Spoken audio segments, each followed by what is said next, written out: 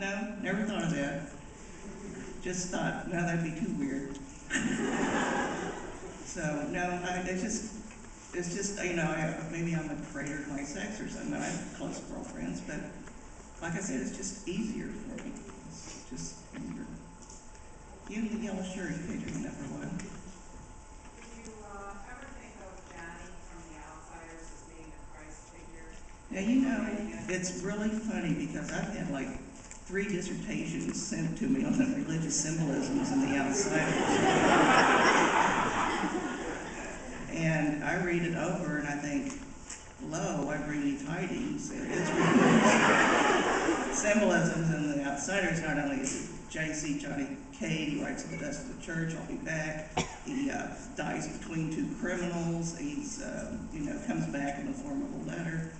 If you want to take that, Pony Boy's going to go preach the gospel at the end. His name starts with a P, maybe he's Peter. I mean, it's just, I will tell you that I did not do that consciously, but my subconscious plays such a role in my writing that I'm hoping someday to take a nap and wake up with a chapter done. So, I can't tell you where, I mean, I did have one kid write me a letter once, and he was a budding psychiatrist, and he's a 9th grader, and he was into all the symbols, and he said, Pony Boy is member, most idealized family member is Pepsi, which is a soda, and every time he's away from soda, his brother, he has to have a Pepsi. So does Pepsi represent the family? And I said, sure, kid.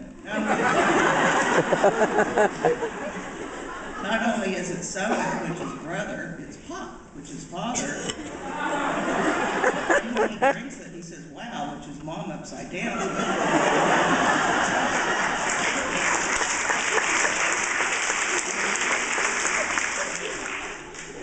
So, yes, people have mentioned that before, but I can guarantee you I wasn't doing that consciously. Okay, yes, everybody's pointing at you. You've got a fan group there. Is there anything in particular that inspired you to write The Outsiders? Did I do what? Was there anything in particular that inspired you to write The Outsiders? Oh, that inspired me to write The Outsiders, yes. My school and my city did divide up into the in group and the out group and the socials and the greasers. Of course, there were all kinds of in-between groups, but I'd have to write an encyclopedia to include the student council, the artsy craftsy, the folk singers, the greasy socials, the social greasers. I mean, everybody knew who they were, but you just took your label. But like I said, I decided to write 2 extreme groups, but the reason I wrote it was I grew up in a greaser neighborhood, and I got put in social classes. So I had friends on both sides. When a friend of mine got beaten up on his way home from school, just because somebody didn't like the way he's combing his hair, I got really angry about it and began a short story about a kid that got beaten up on the way home from the movies. So that's how I began writing The Outsiders. And I was really upset about that social division. I didn't get it. I've always been a loner. I mean, I couldn't even conform to nonconformists. So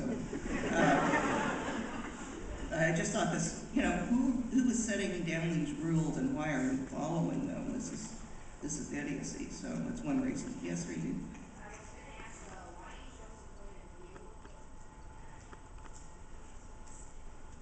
Why did I choose Pony Boy as a point of view? Oh, well, because like I said, I grew up in the greaser neighborhood, and most of my friends, I just thought of them as my friends, and we were walking down the street, and somebody yells, greaser, and I'm going, who are they talking to? But then I realized, you know, my friends kind of looked like hoodlums, but they weren't, they were regular guys. So, Pony Boy is probably the closest thing to myself I've ever written into a book. Even the physical description at 14 almost fits me. So, any character, any writer writes some part of themselves because you're the filter. I don't care if you think you're basing this character on your twin, you still filter through your mind, so some aspect of that character is you. So I'm as much Dallas probably as I am Pony Boy, but I'd say Pony Boy was most like me. Anybody else? Yes? What was it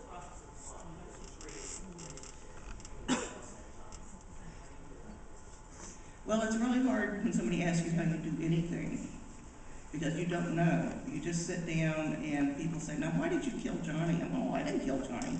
You know, what are you looking at me for?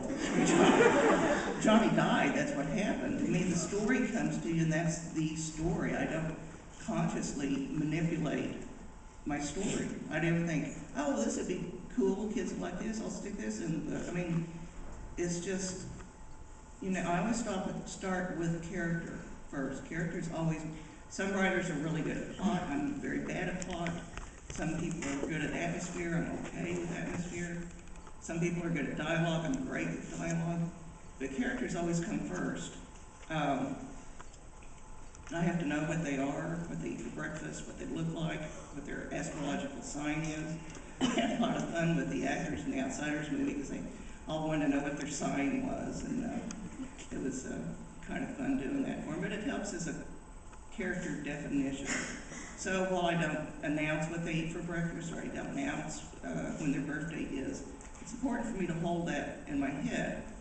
And then the relationships come from that, who this person is and how you relate to this other person, or how, you know, you might relate to anything. I just, character and relationships are always the core of my books. No matter, I mean, Hawks Harbor, people got upset because there's a vampire in it. Well, okay, there's a vampire in it, but I was using that as a character definition. This man was so, you know, one place in his life he couldn't exert his self-control. So it was fun working with that kind of a character.